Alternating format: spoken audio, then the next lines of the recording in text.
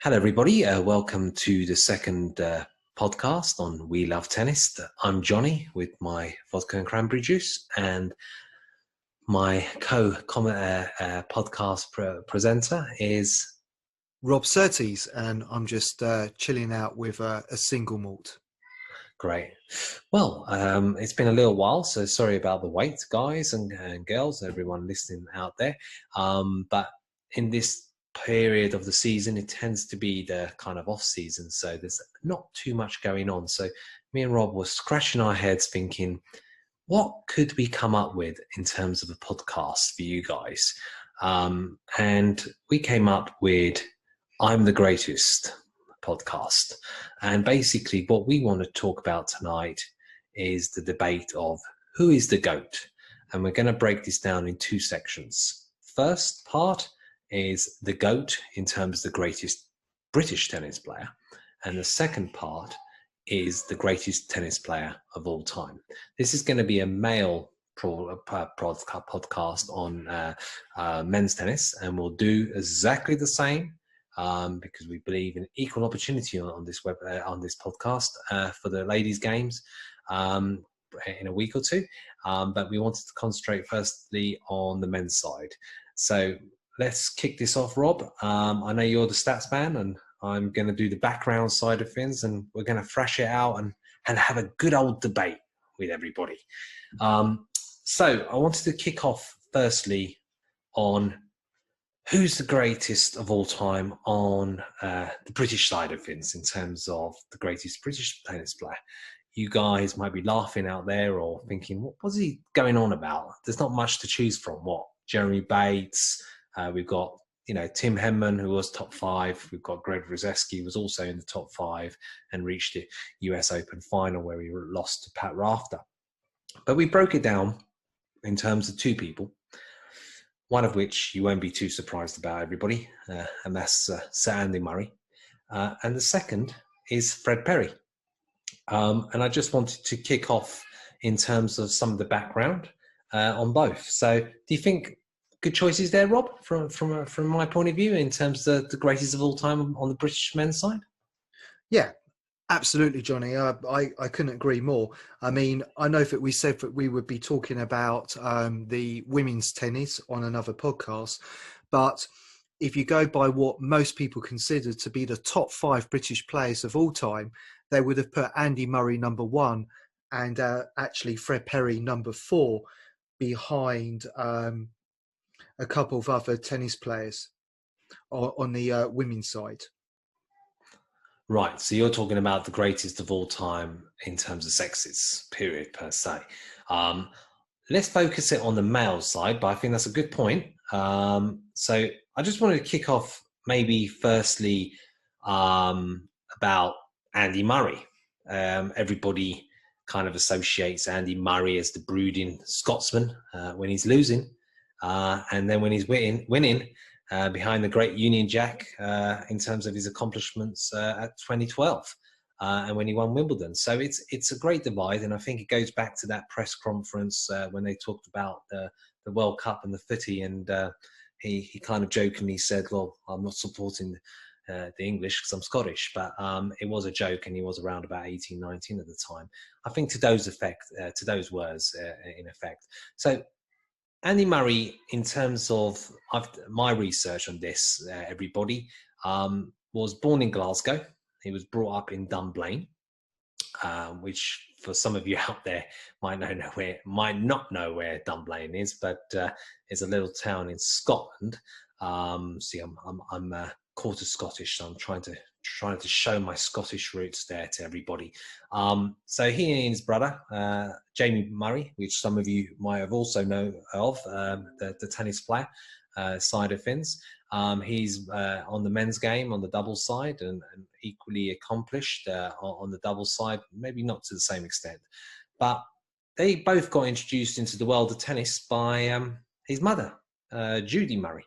And I think Judy Murray talks about it at times when on the rainy Scottish days where, let's face it, everybody, you don't go to Scotland for the weather, do you?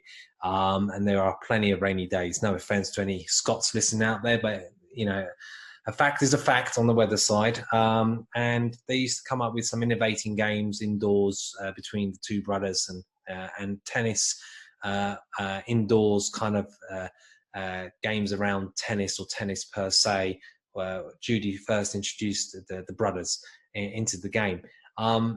They came from quite a humble background, actually. Judy was married to Willie Murray, who's Andy and Jamie's father. And his occupation was, he was an area manager of newsagents around Scotland. And Judy Murray was a semi kind of pro tennis player and quite an accomplished coach of her own. So they got the boys into tennis as a coach. Basically, you know, in terms of Andy Murray's trajectory, it wasn't always plain sailing, everybody. I don't know if you've seen some of the documentaries out there. I don't know if you saw, Rob, when Sue Barker, I think, did a documentary on Andy before Wimbledon. And they revisited the events back in Dunblane. Basically, guys and people listening out there, the Dunblane massacre, which happened around the age of 9 years old, and Andy was actually, and the brothers actually knew the person who did it, and happened at his actual primary school. So it took a profound effect on Andy, and I think even in that documentary, Rob, did you see where you know, even Yes. when Andy kind of talks about those times, it kind of hits a deep nerve, and it's quite an emotional matter for him. And I think in those space of 12 months, mate, his parents also divorced around 10. So you've got this Andy Murray, which, you know, is having all this kind of trauma with Dunblane, his parents divorcing at 10 years old. And then you guys might be thinking, you know, what's the relevance here about the you know, the greatest of all time? But I'm just trying to set the context, and a lot of it will be context in terms of background into these great champions, because I thought it's really, really important, because we can do the stats, you know, all day long, but I think some context and some background to them all, I found it fascinating in terms of researching these people. And basically tennis became Andy's kind of escape to it all, and his love. And he at the age of about 12, he left to go to train in Spain, in Barcelona, where he studied at what's called the Xilea International School, trained by a coach called Palto Alvarez at the Sanchez Castel Academy. So excuse the pronunciations, but I'm trying to get better. But he was an already kind of promising tennis player prodigy in terms of his own rights, and they saw the potential there. I think Judy even talks about the fact that at times in getting him through to some of the tournaments, they took kind of loans out and stuff like that. It was kind of real tough going to get Andy through. And Andy often talks about why he went on to greatness and how Jamie didn't. And some of the reason was he attributed to the fact that he went to Spain and went to areas like Barcelona, Mallorca, where he, you know, I think he played with Rafa in terms of transfer sessions and training sessions, and also knocked up with Carlos Moya, which is another Mallorcan, an ex-world number one. But he comes from quite a sporting background. His granddad, Roy, on the mother's side, was an ex-football player, played for Hibernian up in Scotland. So in terms of background there from Andy, I thought it was quite something in terms of where he came from, this kind of trials and tribulations he went through his life. And anyone out there that hasn't seen the documentary in 2018, I don't know if you have, Rob, resurfacing documentary on Amazon, where he talks about, you know, I think Andy trying to come back after having a hip replacement, and what he puts his body through, and his determination. And I think that determination and his, you know, desire to prove people wrong has taken him throughout his whole life to greatness. And that's why I would argue he is the greatest British tennis player of all time. I think, you know, some of the stats I've got here, he basically finished runner-up 5 times in Australia. You know, he finished that runner-up with French. He's obviously twice Wimbledon champion that we all know. And I think and US Open champion in 2012. And guys, for those of you listening, from a personal point of view, I also did very well out of Andy Murray, supported him. So, but that's another conversation for another time. But his list of records is pretty impressive. And I don't know about you, mate, but I think one of the main things that Andy really holds to heart is his double Olympic gold in 2012 and 2016 when he beat Del Potro in the final in Brazil. And then obviously in Wimbledon after that, Andy Murray's disappointing loss against Federer where he broke down in tears. And I think he said, I'm getting better. Excuse the kind of pronunciation of Andy, but he then went on to play Federer again. And this time he won. Did GB great, and he won in straight sets. Well, it sounds like to me, Johnny, thank you for your research there, because you're never too old to learn, and I certainly learned quite a few things there. I think it's also fair to also say, you talk about Andy Murray's famous sporting family, and his granddad was in football. I think it's also fair to say to everyone listening, not many people might know, but Andy Murray had the opportunity to play for Rangers, and he chose tennis over football. So, if it wasn't for Andy Murray to decide to play tennis, in fact, we still probably be talking today about the greats of Fred Perry, with nothing really to show for British tennis, and be questioning where is British tennis going. With Andy Murray, we were able to see some Grand Slam wins, and the biggest Grand Slam of all, in my opinion, being Wimbledon. He was able to be successful at Wimbledon, which was an amazing achievement for any tennis player. But the fact he chose tennis over football, thank you, Andy, because you've really put Britain on the map when it came to tennis. I think it was also interesting as well, Johnny. We talk about Andy Murray having won the US Open final, which again was a great achievement, top Grand Slam. I remember. But I don't know if you know that he actually won the Junior US Open in 2004. So he's actually achieved it as a junior and as an adult. Well, yeah, I actually didn't know that precisely, Rob. So thanks for that. I remember the final, though, in US Open 2012 that you said, it was I remember it like yesterday, 3-2, classic against Novak. He was plain sailing for the first 2 sets. I was very, very happy guy. And then suddenly Novak comes trooping back. And luckily he had a little bit cramp in his leg, and Murray pushed through. And I think that turning point of winning the US Open, his first one, although, Wimbledon has always been huge on British players, and the expectation and the pressure of, the last British person to win it, which we'll go on to in terms of the other great. It took some pressure off because he had been there and done it and got through the line. So I think when he did come to win Wimbledon, it wasn't so much of a big hurdle than it might have been in previous years when he lost.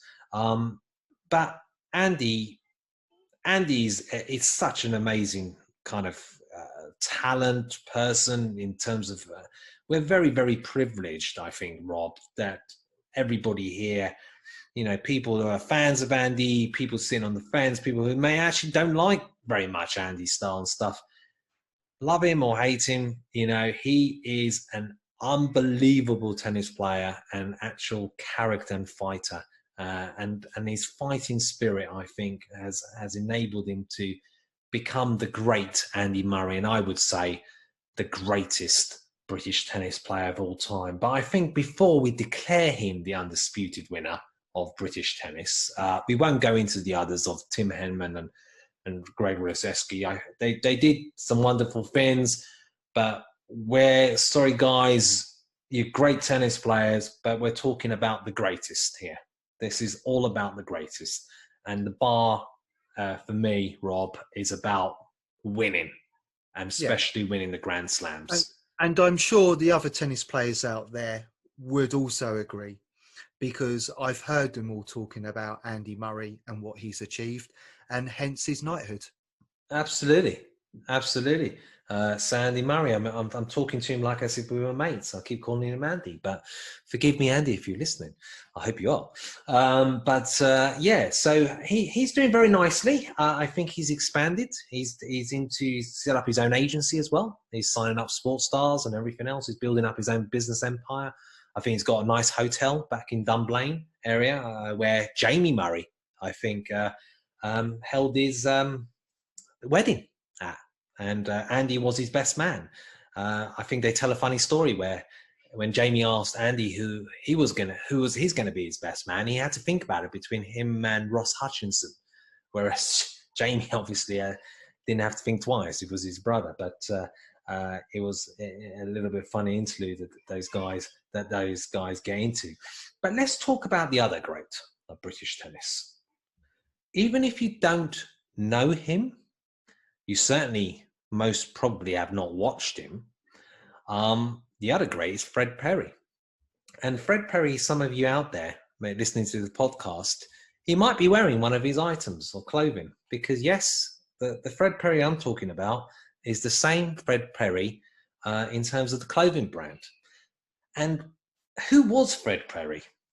Well, Fred Perry was, the first and only British tennis player to have won all 4 major Open championships. So he won Wimbledon 3 times between 1933 to 36. And he was basically the reference point to every single Wimbledon thereafter. Because yes, guys and girls listening, he was the last British tennis player to have won Wimbledon until Andy Murray won 77 years later in 2013. So Fred Perry basically came from humble beginnings. He was born in Stockport, Cheshire. His father worked as a cotton spinner and later became involved in working class politics, but he grew up around the Merseyside area. And Rob, our Fred Perry was a bit of a ladies' man. Really? Okay. Yeah, he was a bit of a ladies' man, guys listening to the podcast. He had romances with some leading actresses and models, some of which are Marlene Dietrich. Excuse the pronunciation to anyone related to Marlene. He became very friendly with Charlie Chaplin, and although he wasn't having an affair with Charlie Chaplin, he was a celebrity type tennis player. He's probably one of the first of his kind. And he was rumored to have some relationships with Betty Davis. Basically, he was married 3 times, Rob. He was married 3 times. And he then had 2 children with a lady called Barbara Reese from 1952. And I think after Fred Perry, put up his racket, he then approached a guy called Tibby Wenger to set up a clothing label, which focused basically on tennis shirts. And the name was derived from his exploits as being a tennis player, i.e. Fred Perry. And then one thing led to the next in terms of creating a very cool kind of sports superstar.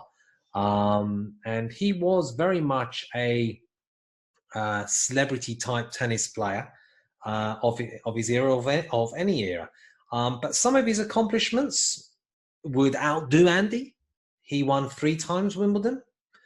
He also is the only player to have won 4 Grand Slams as opposed to 3 of Andy's.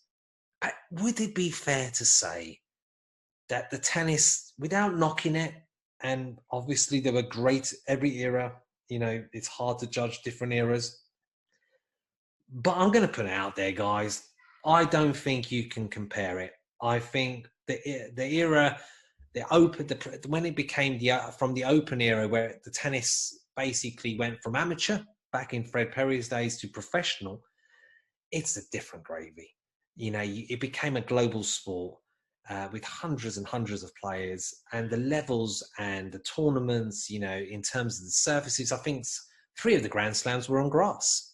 You know, Yeah. so it's a complete different story. So I would argue, although Fred Perry, you know, has maybe statistically more Grand Slams and has won more Grand Slams in terms of Wimbledon, Andy Murray overall, in terms not only his final appearances, but also becoming world number one, where, you know, he did his body so much damage in becoming world number one. You know, he partly blames that to the troubles he had with his hip. That he is, in my view, by far, and I would say by far, the greatest tennis player of all time. And you know, Fred Perry would come a second, in my view. What do you think, Rob? Yeah, absolutely. I mean, I've read quite a bit about Fred Perry and concur with everything that you said, Johnny. I think no disrespect to everything that Fred Perry achieved in his lifetime, but tennis was a very different sport 77 years ago. Well, it was longer than that now, based on, when Andy Murray won his first title. We often said it, they're super athletes today, super athletes. I know that racket technology and various other factors like fitness and diets will all come into it as well. But the fact is, these players, it's just astonishing how they can keep going for, sometimes 5 hours, 6 hours non-stop. So yes, I think, it was a long time coming. And maybe Johnny, one day, Andy Murray will have his own, clothes brand, just like Fred Perry did.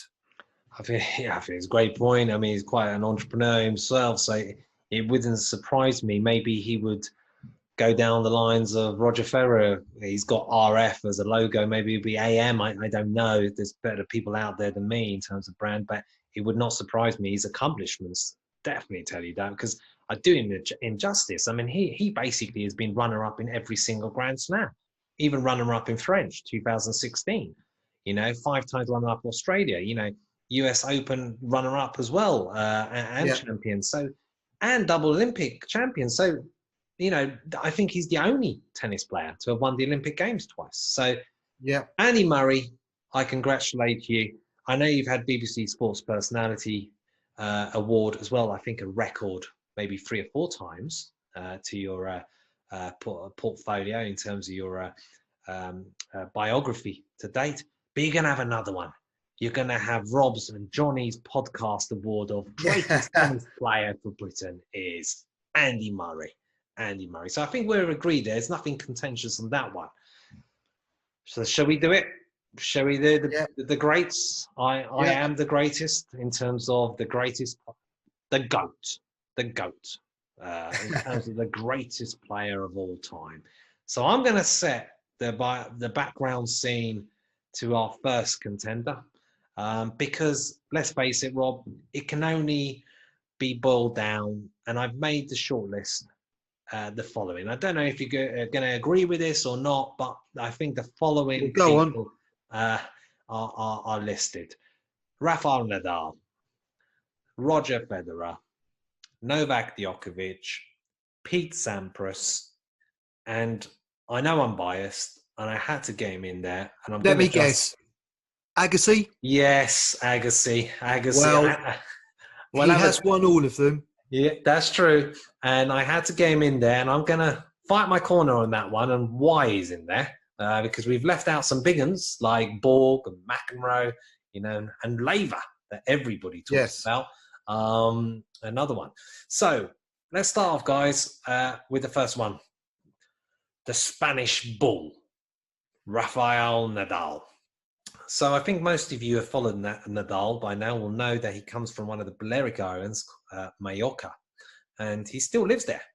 And he's coached by Carlos Moya now. He used to be coached by Uncle Tony. Carlos Moya, for anyone who maybe in their early 20s, might not know of Carlos, but he was a former world number 1 and French Open champion. But Rafael Nadal, basically, he started life coaching under Tony, which was he was a tennis coach. And I think Tony took more interest in Rafa when he started to at the age of 8. He won an under-12 regional tennis championships. And I think at that point, Tony thought he might have something here and started to step up his training program. You know, for anyone who's followed the Uncle Tony coaching ethos with Rafa knows that he was a hard taskmaster. He wanted to make sure that Rafa was incredibly disciplined and really put through the paces. But when he was just 19 years old, Rafa won the French Open for the first time. He competed in the tournament and he reached the world ranking of number 3 and basically won 11 singles titles that year. So that's where he was soon dubbed the King of Clay, which we all know now after winning 14 French Grand Slams, which is just quite incredible. But again, a bit like Andy, his career hasn't always been a one-way steam train. He's had setbacks. He's had lots of injuries to his knees, his wrist, his back.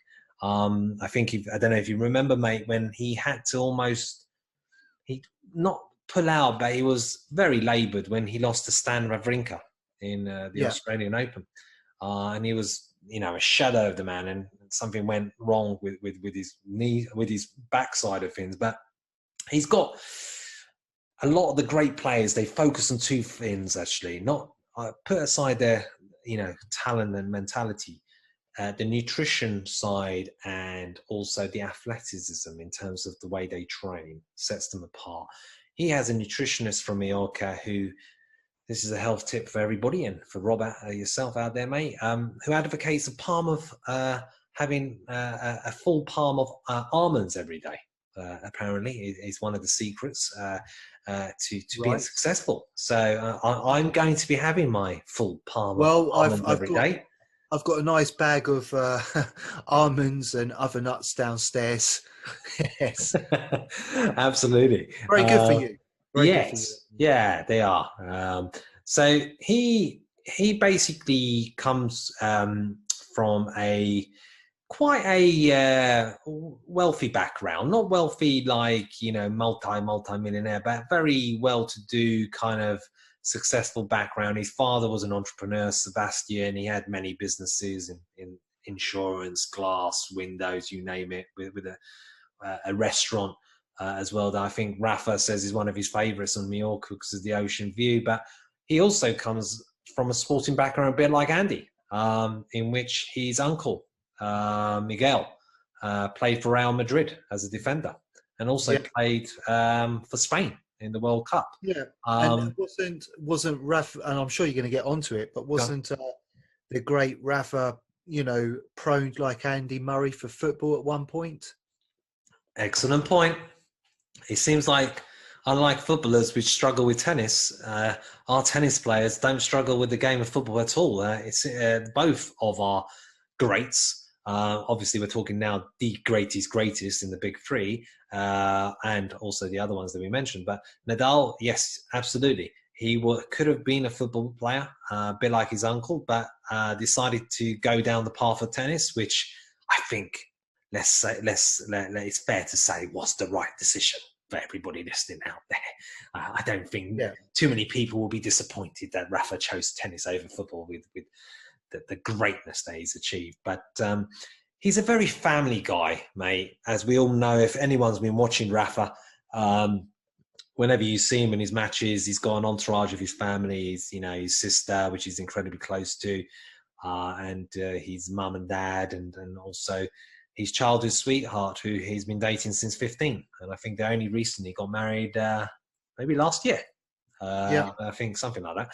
But a bit like, maybe I didn't mention it, but Andy's, I think I did, Andy's parents who divorced, his parents split up in 2009 and caused a bit of a downward trajectory on Rafa, who been such a family person and quite a sensitive person. I think his mum talks about in my research that amongst everything that Rafa portrays, real sense of masculinity, this kind of specimen of a person and athleticism, he doesn't like to sleep in the dark and had to have a TV on, apparently. Right. Okay. So yeah, for all you guys and girls out there, that's a quirky Rafa point. for you. And I think As you a thought, man after my own heart. I don't talk yeah. in the dark, but I have to say he's my wife's favourite out of the big three. Not being biased or anything, being that she's Spanish, but yes, she's told me many a point about how Spain feel about Rafa. He's their uh, top top person in their country. Well, he's carried the flag on the Olympics, and I think he's up there. Well, in my opinion, he's the Yeah. greatest ever Spaniard sporting person. Now, hit me some stats, Rob, for the argument that Rafael Nadal is the greatest. Well, it's so hard when you sort of compare the stats between Federer, Nadal, and Novak. If we're just talking about the three current greatest tennis players, and of course, in your big five, Johnny, it's going to be interesting to see how these compare and relate to Agassi as well. And Pete Sampras. So if we just take Nadal, for instance, it's easy to say, and everyone out there is going to be going, well, we all know what Nadal's surface is. Nadal's surface is clay. That's where Nadal has been the best of the best. He's the king of clay. Undoubtedly, Nadal has had 13 victories on clay in terms of the Grand Slams. But Nadal's also won the US Open 4 times. He's also won the Australian, and he's also won Wimbledon twice. And of course, the biggest achievement for Nadal this year was equalising that 20 Grand Slam result to tie himself with Federer. As we go on, just like Federer, but unfortunately not for Novak, Nadal does have an Olympic gold. Nadal also has an Olympic gold when it comes to the doubles title. And at the same time, he's won the Davis Cup 5 times. And in terms of all-round ATP titles, he does have an impressive 86. Now, how does that actually compare with the other two players of his kind of era? Novak currently is sitting on 81 ATP titles, which of course, guys, does include the Grand Slams. So Nadal is on 86, but Federer, and we talk about Federer as being, the greatest tennis player of all time, but of course that's now going to be quite challenged. It's going to be challenged and rifled, certainly by Nadal and Novak still playing. Federer has 103 ATP titles, but just sticking with Nadal, he also has 36. I correct myself, 35 Masters 1000 titles. So quite impressive. I could go on to discuss how does that actually compare with finals against the big two. So let me just bring, some idea to where Nadal sits with the other three. I found it really interesting to see that if we just take his greatest rival, who is Nadal's greatest rival? Everybody has always said that Nadal's greatest rival is actually Federer. It's, well, I know, Johnny, you would say somebody else, but reading and looking at history, they said, one of Nadal's greatest rivals was Federer.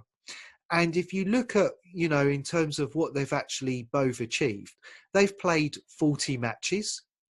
And head to head, Nadal does lead at 24-16 against Federer. Mm-hmm. However, in terms of who he's played the most matches against, that is actually Novak. Mm-hmm. He's played 56 matches against Novak. But I think when, we talk about what the analysts and what other, tennis presenters have always spoken about as being the great rivalry between Nadal and Federer.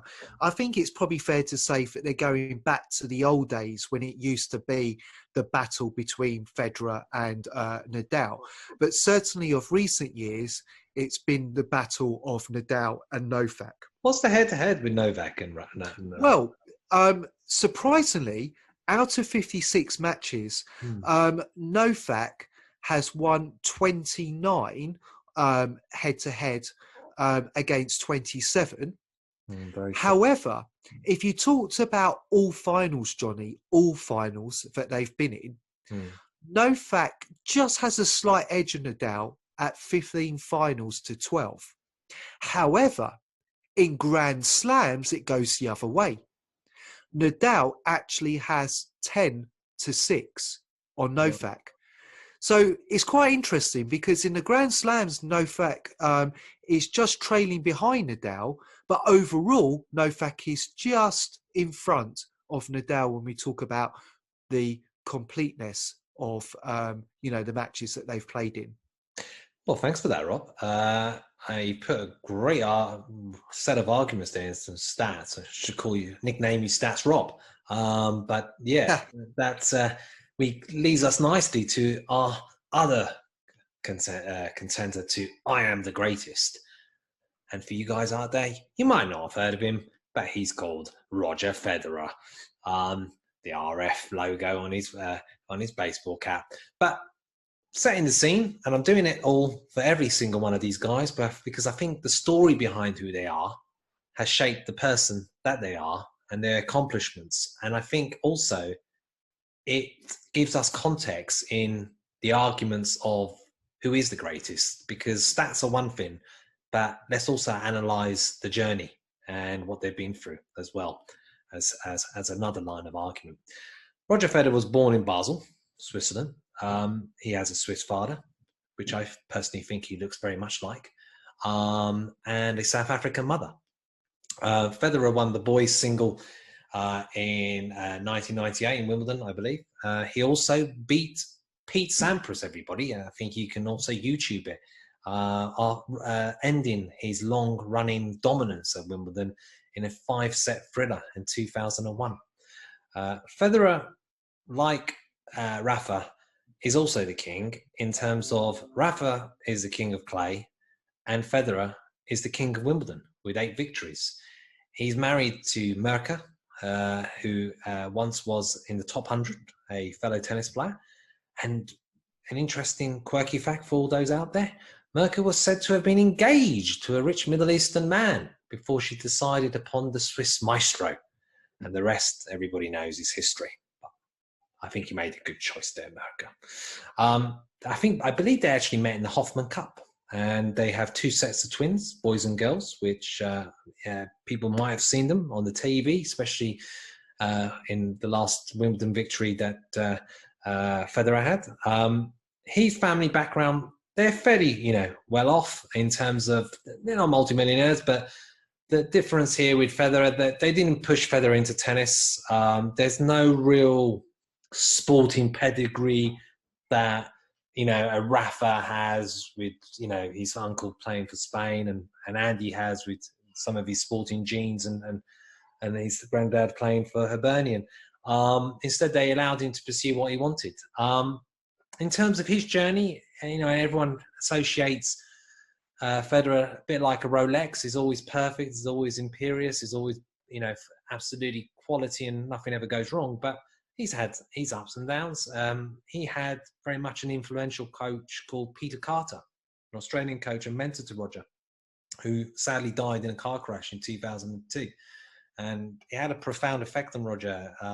You can YouTube everybody in terms of some of his pieces that he talks about Peter. And it really does, it's quite a profound moment in terms of the emotional effect he had on him. Roger's idols were Stefan Edberg, in particular, who once coached for a period of time Roger. And he's coached currently by Ivan Ljubicic, former number 5 in the world. Federer has won the Favourites Player Award, Rob. I don't know if you know this, but he's won it for 18 years in a row. Right. Yeah. 18 years in a row, the favourites player awards of the fans out there, which he particularly holds dear to his heart. He lives in between Switzerland and Dubai. Speaks 4 languages. I can barely speak English, but he speaks 4 languages. And that's another theme, guys. If we're giving bonus point for languages, maybe some of the greats here might edge it in terms of how many languages they speak. He has so many accomplishments to speak of, but he's chasing one accomplishment that he hasn't got right now. Well, he's actually got not one, but 2. And that is he's chasing down Jimmy Connors' most matches won, where Jimmy Connors, I think, he's won 1,274 matches, guys. And Roger's quite close to it. I don't think he ever thought he would get up there because I think Connors played up until nearly 40. But unlike Rafa and unlike Andy, he's never won a singles gold at the Olympics. So I'm going to now go over to Rob. Hit us with the stats on the argument for Federer being the greatest. Well, okay, so Federer has won, as we know, 20 Grand Slams. And I guess we all thought that, there might be a few more in there. We never know. There still might be because Federer is still playing. Although he's not, played since the Australian Open earlier on this year. Now, looking at what Federer's stats are, he's won the French Open once. He's won the US 5 times. He's won Australia 6 times. He's won Wimbledon, as we know, 8 times. That's his surface. Federer is the greatest on grass, just like Nadal is the greatest on clay. But what I like about Federer's stats is that they're quite balanced in the sense, okay, Nadal has won the French Open 13 times. I mean, my goodness. 14. 14. Yeah, absolutely incredible. But Federer, it's quite balanced. 8, 6, 5. There were a lot of good wins in many of the tournaments. Obviously, the French Open, he's only won that one time because we all know who's been dominating the French. We've just been speaking about him. So, but he had a few finals, didn't he? Yeah. He was probably at one point the second best tennis player on clay to Rafa. Yeah. At one point. Yeah, go ahead. Sorry. So looking at the tour finals, Federer's won it 6 times, which we all know that's what Nadal wanted. Nadal wanted an ATP tour final. He didn't quite get it this year. We all know who won that. That was Medvedev. So, Nadal needs that ATP final. So he's just lacking that one. Whereas that's a tiebreaker? A tiebreaker? Well, it could be because, you got 2020, they're both equal, but there's 6 tour finals. You've got an Olympic gold in there. You've got 8 Olympic double titles. Nadal has 1. So not only has Federer been a fantastic singles player of all time, but, 8 double titles at the Olympics. Just incredible. And 8 normal double titles. Plus the Davis Cup. All right, okay, Nadal's won that 5 times. But then Federer has also won the Hopman Cup 3 times. But what's impressive is this. Going back to the fact, Johnny, that you were talking about how Federer is looking to chase down Connors in the greatest matches of all time, in terms of who has played the most. But when it comes to the Masters, Federer has 28, but it's the 103 APT titles that he has. 103 ATP titles. Wow. Nadal has 86. So, the other players still have a long way to go in terms of catching Federer on the ATP titles. So that's 103 in total and it includes his 20 Grand Slams, and he's still playing. Wow.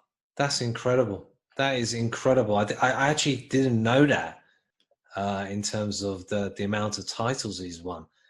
You just get blown away by everything. that Roger has done. But yeah, you present a great case on the stat side again there, Rob, for Roger. And we'll return back to it when we conclude and argue who's the greatest. But it leads on to our third musketeer of the big three, the Novak Djokovic. Well, our Novak comes from Serbia, which if you don't follow tennis, you probably then you shouldn't be following tennis, because most people have that association about Novak. He's a very proud Serbian. He started playing tennis when he was 4. He was actually sent to Germany when he was 13 for training. He lives in Monte Carlo, which I know you and I have been to. Very nice place.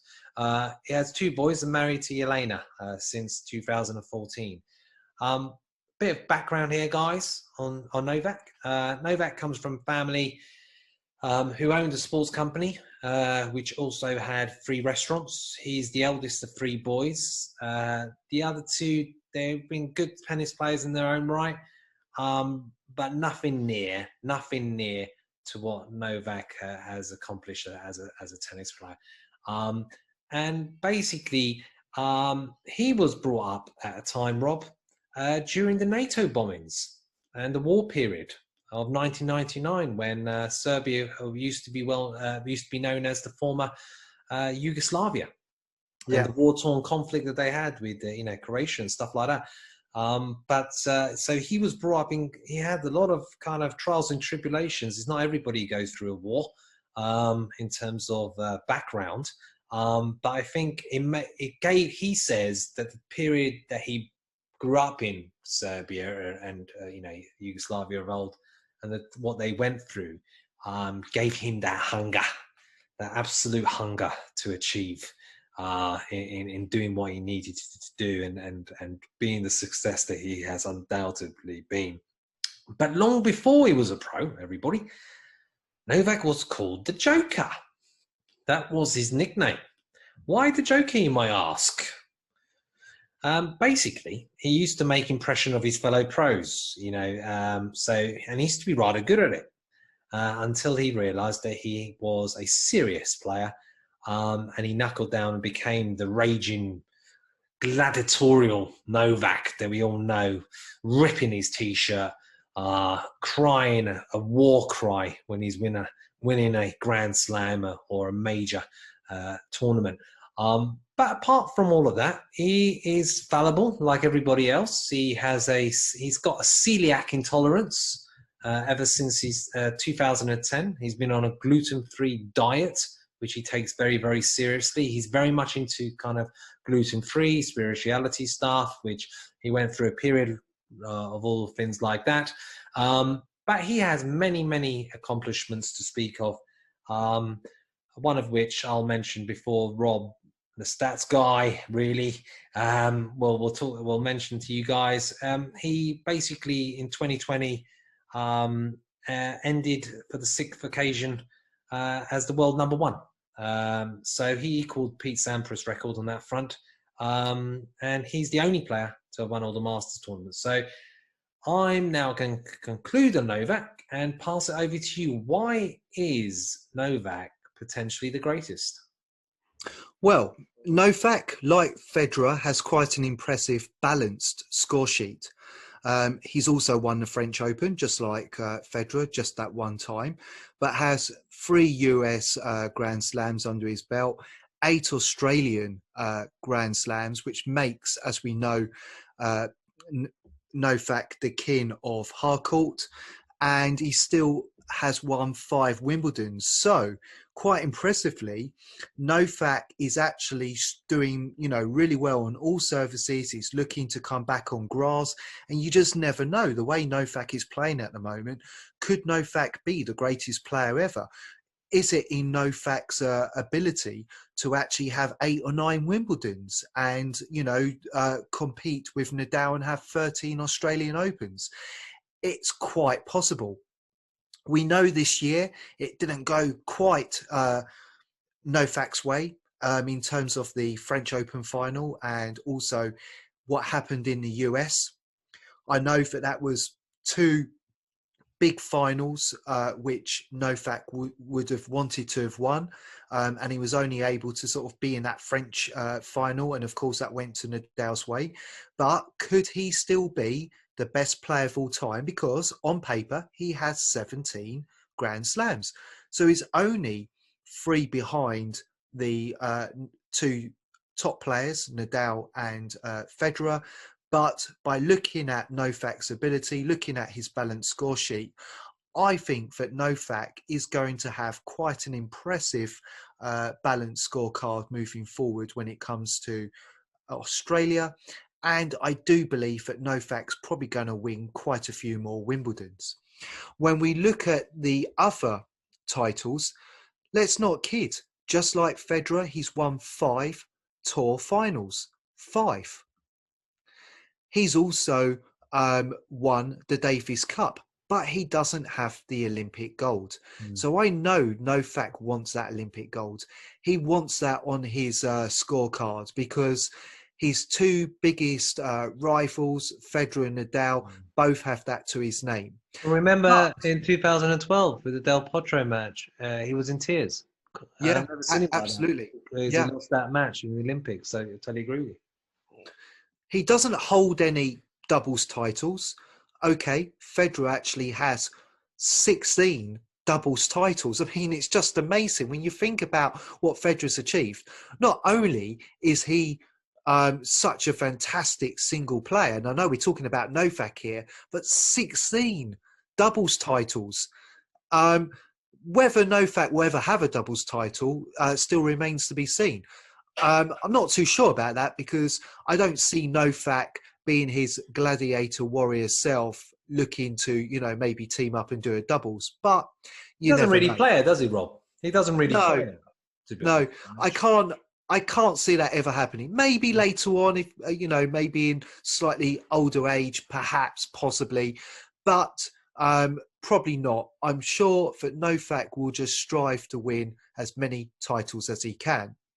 When we look at the overall stats, he does hold the most Masters 1000 titles. He does hold 36, but he actually holds only 81 ATP titles. So 36 Masters, 81 ATP titles. So, trailing quite a bit behind Federer on the ATP titles. But he's much younger. Absolutely. Federer's what? Absolutely. 39 going on 40 and Novak is what, going to be 34 this year? Yeah. And I don't know whether I'm jumping ahead here, Johnny, and I'm sure you're going to cover it off in our sort of last chapter of the evening. But whether it's true or not, I have read that Federer is not going to be in the Australian Open. That is a point that I'm going to address later. But yeah, I'm going to hit you one stat here, maybe 2 stats of my own. Almost, like playing a game of cards. I raise your king with an ace. He also is the first and only player to achieve the career Golden Masters. Right. Yes. And in terms of number of weeks at number one, I think he's done 282. 282. Where does that put him? Is he in the top 3 there? Behind Pete Sampras and Roger. I think Roger's the number 1 for number of weeks, isn't it? I think Roger's 310 weeks. Yeah. So he's in the top 3. He's 282. He's 34. Well, he's not, he's not that much behind Roger with 310, leading the number 1 amount of weeks as number 1. So watch that space, guys, in terms of that particular record potentially going. Great points, Rob. Great points. And I think with Novak, because of his age, all right, he's not spring chicken, but when you compare it to Roger and Rafa, you could say the same, but Rafa's a little bit older. But it's more Rafa's injuries that make his longevity more in question mark. Whereas when you look at Novak, he's almost built for tennis, and his movement and his lifestyle and everything He's else. the Spider-Man of tennis, Johnny. He is, and he doesn't play Rafa, he's like a raging bull with such intensity and ferocity. Whereas it's with Novak, his movement and everything else, I think makes him, he could be here. He could be here for another 6-7 years, or he could be gone next year. You just never know with life. But at the moment, he's looking good. Now, guys, it goes back to two old greats that's going to try to have an argument with these big three. And the first one I'm going to talk about is Pistol Pete Sampras. So Pistol Pete, nickname, basically came out of his legendary serve, which most analysts will argue was probably the best serve of all time. Yes, he got your John Isners, your Karlovic's, like almost 7'10" serving. But, he was only, 6'1". He just had such an amazing technique on that serve. And on a big point, you could almost bet your house that Pete would come up with an ace or an unplayable serve. So they used to call him Pistol Pete because of his accuracy on his serve. He was born in Washington, our first US entrant. His father is Greek and his mother is Jewish. So quite a mixed heritage. Sounds weird to say this, Rob, but once upon a time, his Grand Slam accomplishments were said to be never to be matched for many, many decades, if not in our lifetime. And now when I'm going to mention this figure, he's going to look relatively like, well, that's okay. And that is that he's only won 14 Grand Slams. Basically, he's won the amount of Pete has won for his whole career is the same as what Rafa won in just the French, everybody. 7 of those, so 50% of them, came from Wimbledon. He was the king of Wimbledon before Roger dethroned Pete of that title. He, along with Novak, finished 6 times, 6 times in terms of end of the year number 1. He was number 1 for about 286 weeks.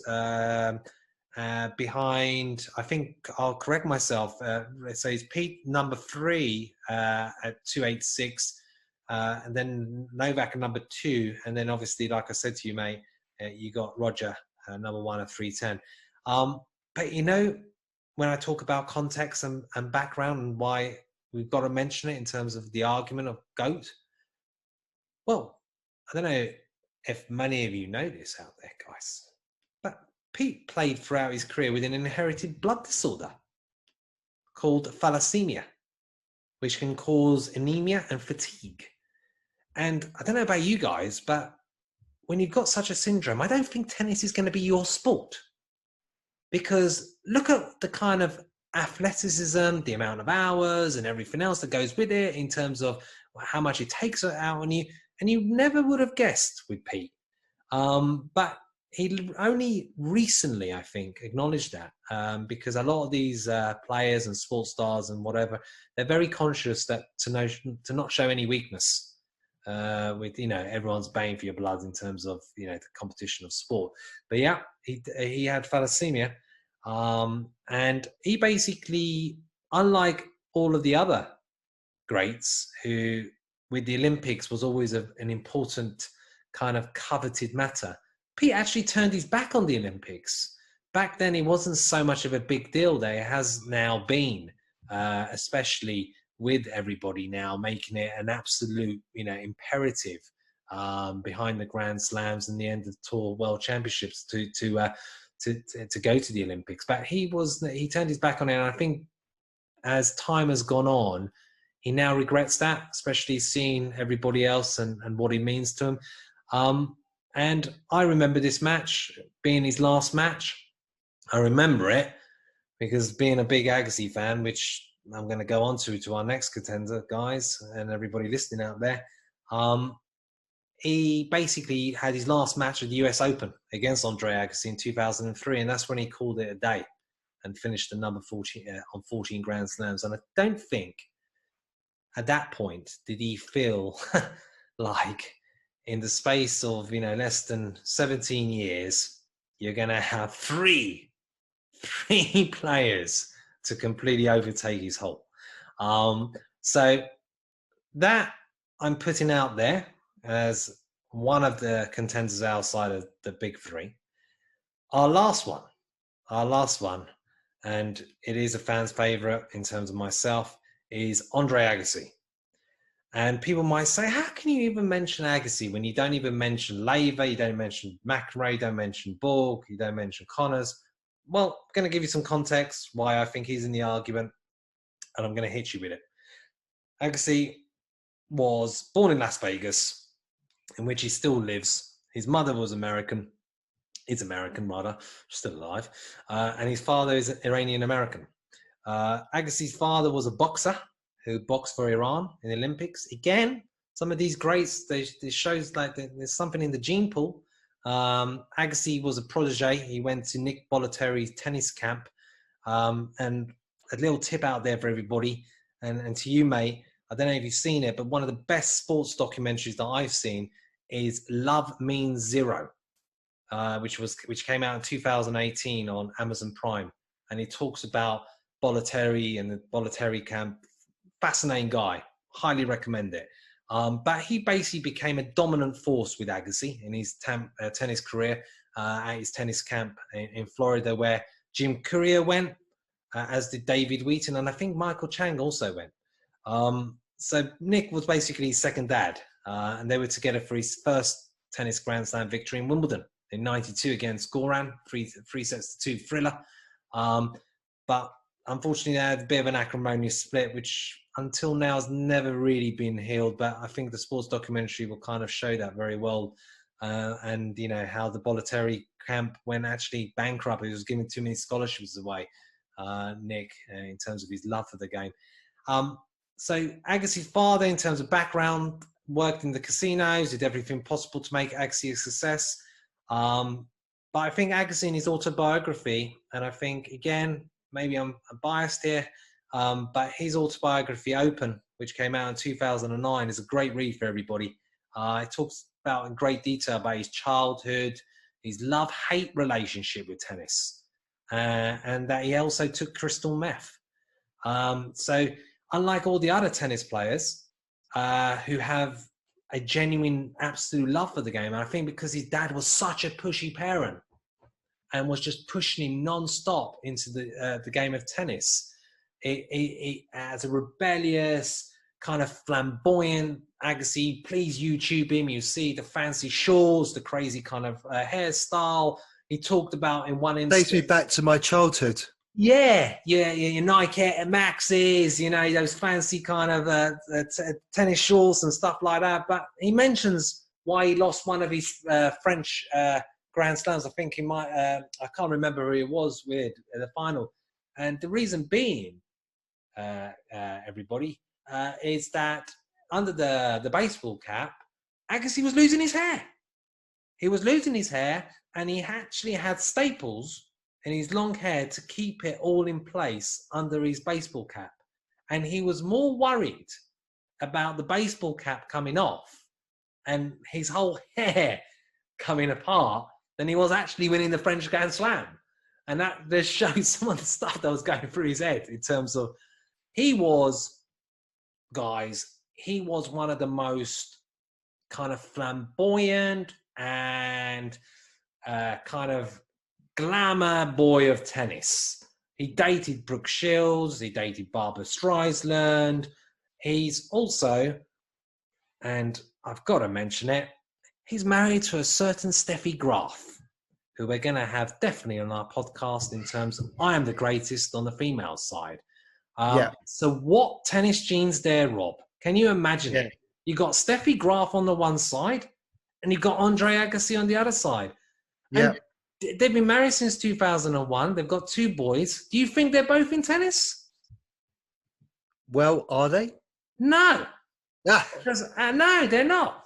And you just goes to show you can't manufacture these things. The reason being, Agassi didn't want to push his children into tennis like his dad did, and instead, his eldest is playing at a high level in baseball. So he's still doing the sports side, but just not in tennis. So I'm going to hit you some stats on this one. in terms because he's like I said, I followed Agassi most of my life when I was trying to once become a player in my own right before sadly reality hit in. He only won a paltry 8 Grand Slams. And before Robert rips my argument apart, he also won the end of year ATP tennis championships. He won gold at the Olympics in '96, was number 1 in the world, won 17 Masters tournaments, and won 3 Davis Cups. And he holds a stat that is still testimony to time, and that he has the most hard-court second serve return points of 56%.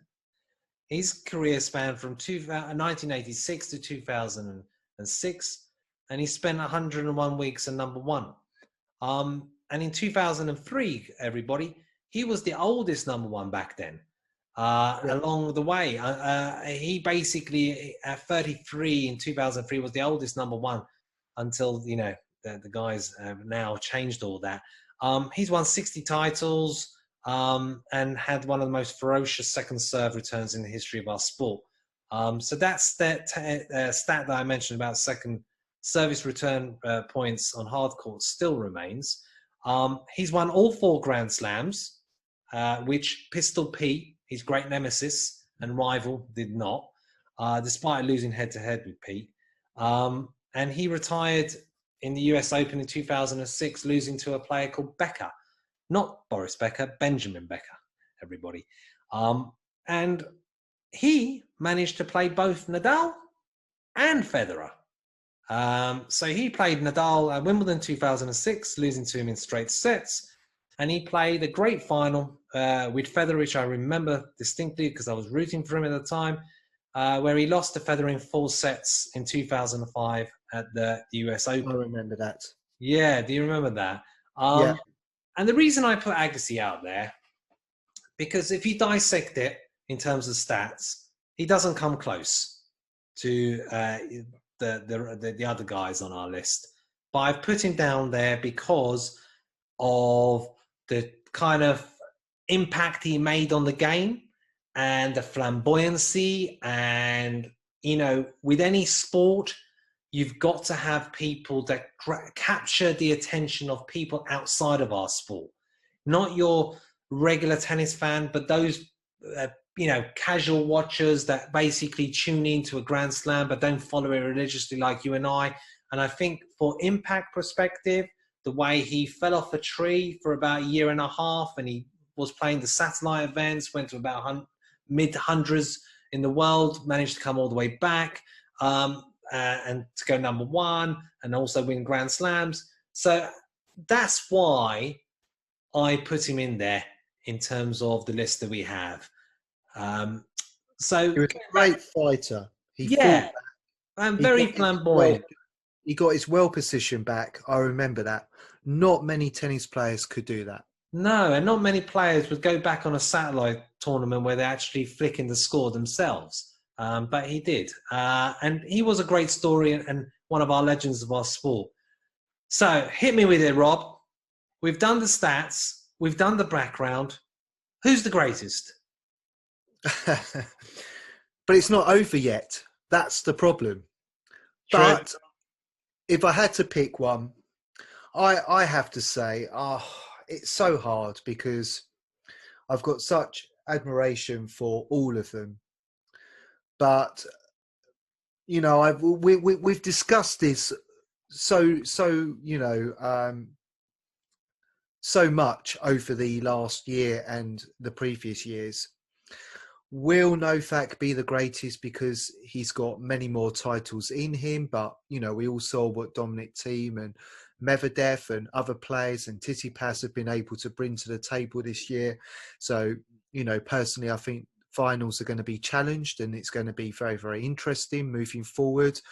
Nadal, you know, if my wife was sitting here, she would say, no, Nadal is the greatest, 100%. I still think it's Federer at the moment. For me, the only reason why is because it's undisputed how many titles he's won. And it's not just his titles. It's the Masters, it's the ATP finals, the 16 doubles. It's, I mean, all of them are great, but at the moment, Federer on paper has a more impressive scorecard. But at the same time, I've always loved Federer's play. I've loved the beautiful tennis that he plays, how flamboyant it is. He's almost like ballet when you watch Federer Yeah. play tennis.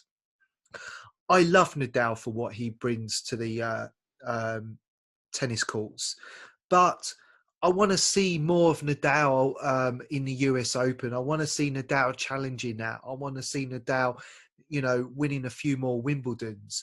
But when you just look at what Federer has achieved across the scorecard, he has won all of those tournaments, and he's won many times in the big 3 out of 4.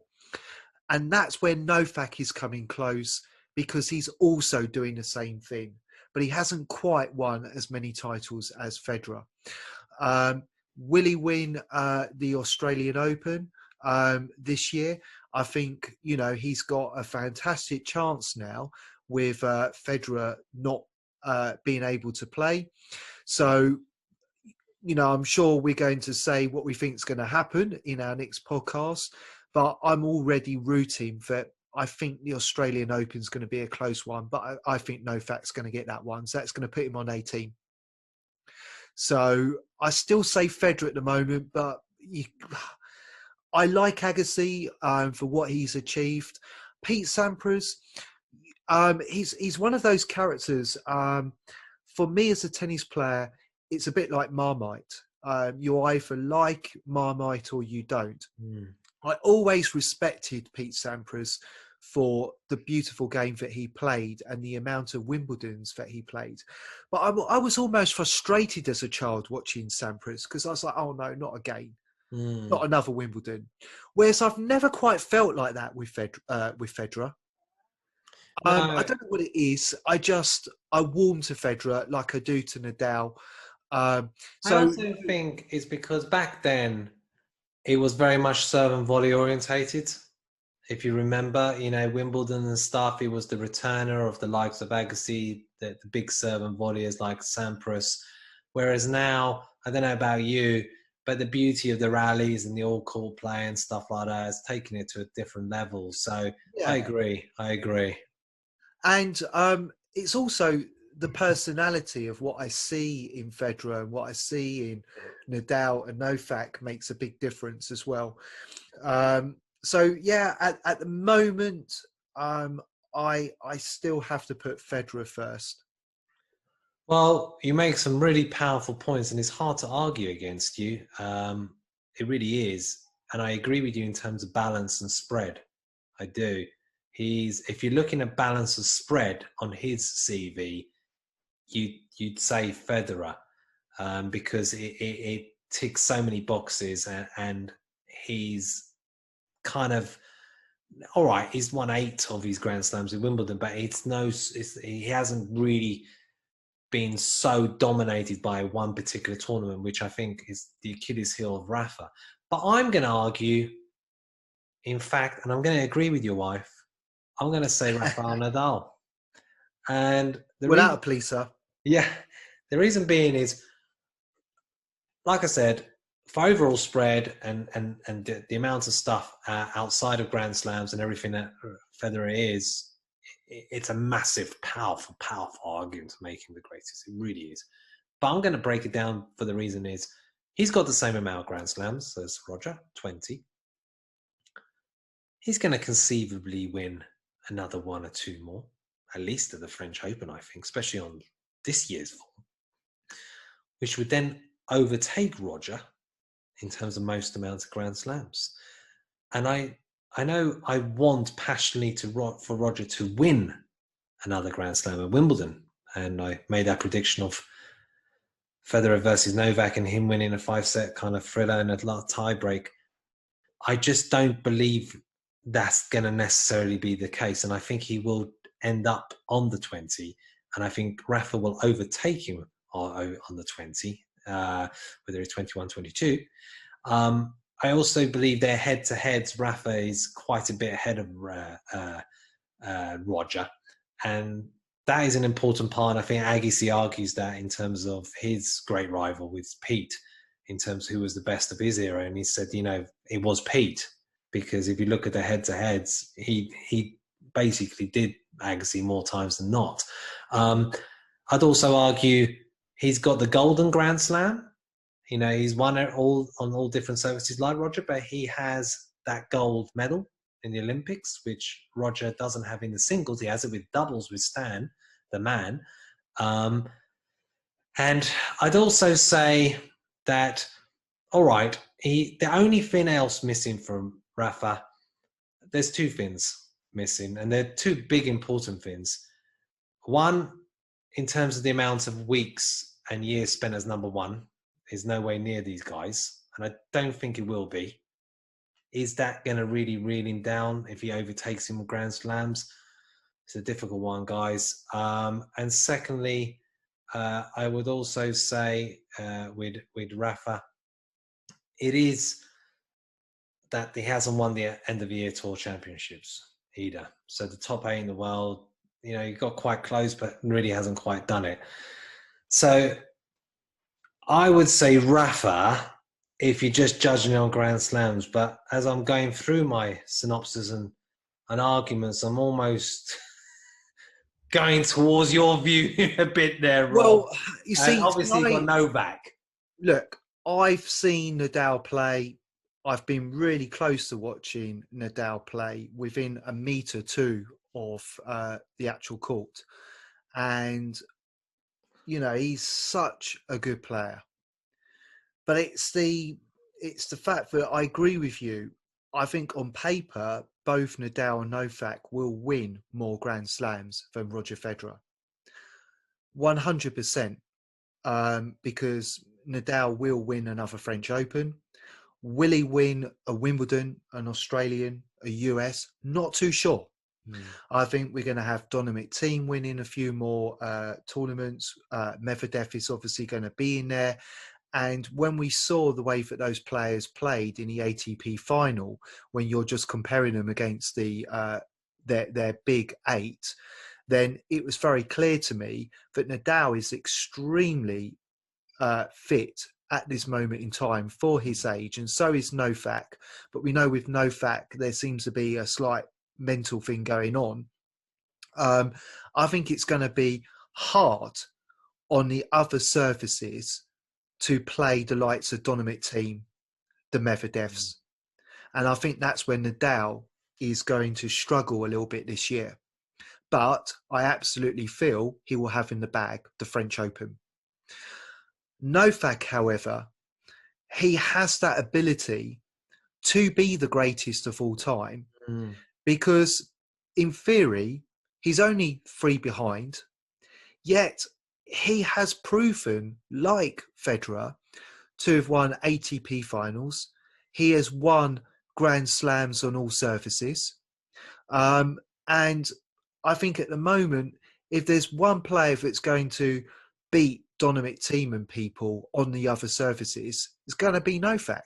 So I know where I'm going to put my money for the Australian Open. I just know it. And that's why I can't underestimate what Novak can bring to the table. But is he as loved as much as Nadal and Federer? No. We know the crowd warms more to the other two players. Which he hates.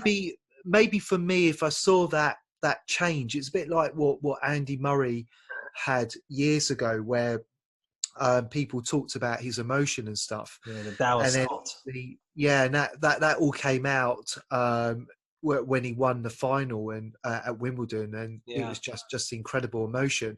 I think there's just so many other factors. Like, who do people love more? They probably love Nadal and Federer more, but will Novak win more than all of them? Quite possibly. I think Novak will probably hold the most trophies, but Federer will be just loved for many different reasons. But he does have an impressive scorecard. And I know from what we've read about Federer recently, not being quite ready for the 21 Australian Open, and he's looking to get ready more for mid-year, which obviously we all know what that means. That's going to be Wimbledon, Wimbledon. Olympics, US. Yeah. I personally feel this is probably Federer's last year. I agree with you. I think you make some excellent points. And I think we forgot to mention that Novak's head-to-head is better than, he's got a winning head-to-head with Rafa. He's got a winning head-to-head with Roger. And he's got years on his time. The only question mark with Novak, his game is there, is his mentality. Because these recent kind of losses and stuff, there's that question mark. But if his mentality is there, who's to say he doesn't equal them next year? But I'm going to have to concede to you, Rob, and I'm going to have to say at this present in time, I think you won this argument. It's Roger Federer, the greatest of all time, and Novak chasing on his heels. So on that point, I think we've spent a long time on this. We're not going to go into anything else. We're going to leave you with our thoughts. And until next time, bye-bye.